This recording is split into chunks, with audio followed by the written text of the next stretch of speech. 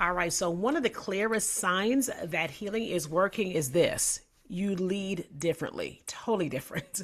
So, welcome back, beautiful soul. So, today we're going to continue our conversation about Christian inner healing and identity integration. So, I want to talk about something many women don't realize until much later in their healing journey. You can be gifted, you can be called. Listen, gifts and calls are without repentance. So you can be gifted, you can be called, you can be wise, you could be leading from wounds. A lot of times, you're leading from wounds. You can lead from fear, lead from pressure, lead from the need to be understood, lead from the pain of what hasn't fully been healed. But when healing matures, something totally changes. You stop letting old wounds drive the way you respond, the way you decide, the way you carry influence. You don't just feel different, you lead different now. Thank you, Jesus. I'm telling you, this particular, let me just pause for a second, but this particular teaching really touches me because I am so grateful for that I'm no longer leading from a place of woundedness, because a lot of times I see that. And so one of the hardest truths to admit is this: being gifted is not the same as being healed. Say it again. Being gifted is not the same as being healed. Hopefully you can hear me. You can be deeply anointed and still react. You can be insightful and still get triggered. You can be sincere and still be carrying patterns that were formed in pain. And when those wounds go unhealed, they often start shaping the way that you lead. That is just what it is. And so not always, of course, in obvious ways. Sometimes it may look like over explaining your decisions, why you made the decision, and you're just over explaining why you made that decision. It is saying yes when your body is saying no. It is needing people to understand you before you feel safe. It is controlling outcomes because uncertainty feels threatened. It is shrinking your voice to avoid rejection. This was me, shrinking my voice to avoid rejection because of what may have happened in the past. And many women think that, it's just their personality, but often it is pain that learned how to function well. It's not normal. It is pain. You've adapted to the pain that you've learned to adapt it so well.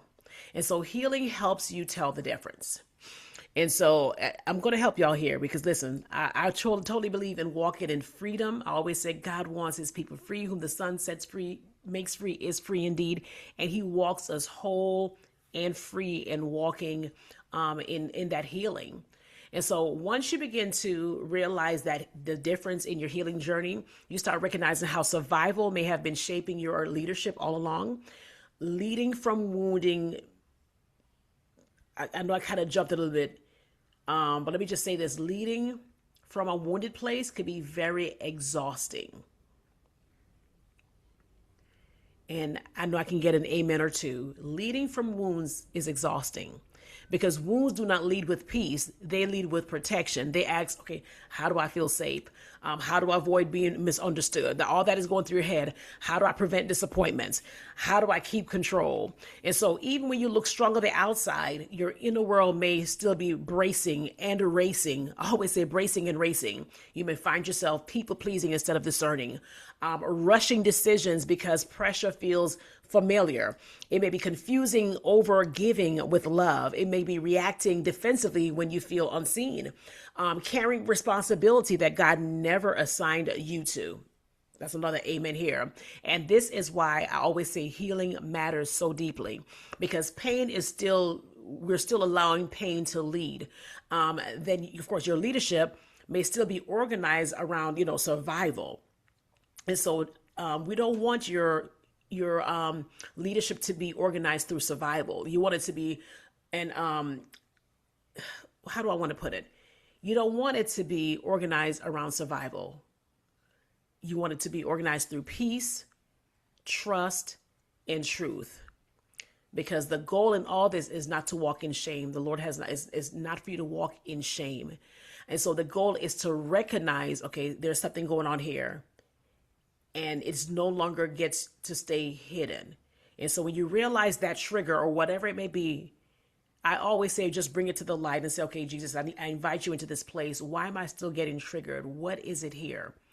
And let me tell you, that is the best thing that you can do. For you that are watching, is the best thing to do is to invite Holy Spirit right there and say, okay, I'm still feeling like I'm over explaining myself. Why am I doing that?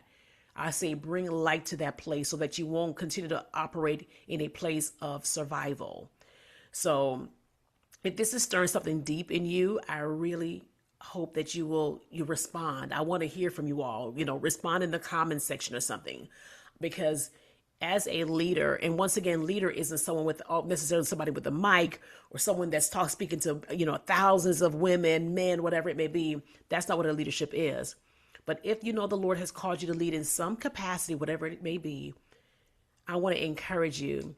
If you're still feeling that you're getting triggered, like I just mentioned, or still have a bracing yourself when it comes to certain things, invite the Holy Spirit into that space, into that place, because He wants you leading with intention. He wants you leading in wholeness. He wants you leading free. And so I really pray that blesses you. I know it's a very short one. I did a really short. I was kind of going over it today. Really short teaching today. But once again, I just want to say, no longer lead from wounds. Stop making decisions out of fear.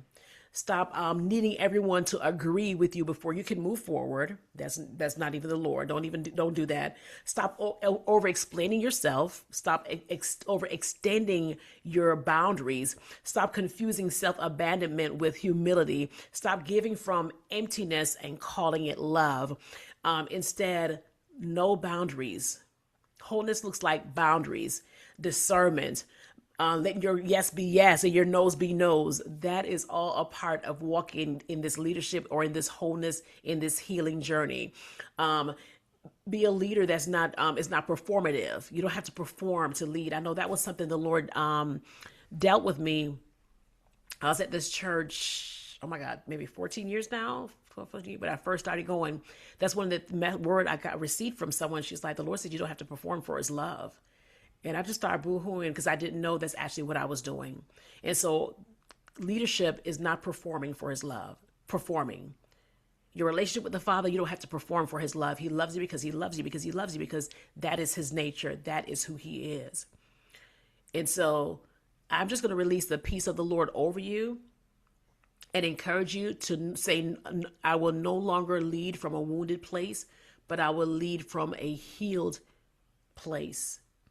And so that is my time. I just don't feel led to say anything else. I just want to bless you with that and pray that you'll just allow the Father to come in and minister to your heart. And it's okay.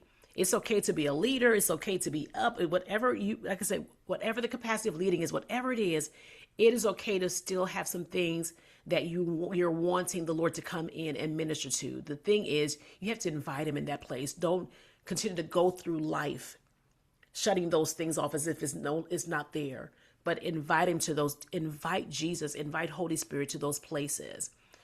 And so, as I mentioned before, just declare, I will no longer lead from a wounded place anymore, but I will lead from wholeness. And I say this too, I release the need to over-explain, overperform, and overprotect. I renounce every pattern that taught me to lead from fear, pressure, or pain. And I partner with God to release the healing, wisdom, peace, and restoration into my life and leadership. And so I just bless you with that. You all have a wonderful rest of the day, and I will see that this ends the March series. I guess March series, and I will see you all for in April. Have a wonderful rest of the week and be safe. Be safe. I just release the love of the Father over each and every one of you and His blood-stained banner over each and every one of you. Be blessed.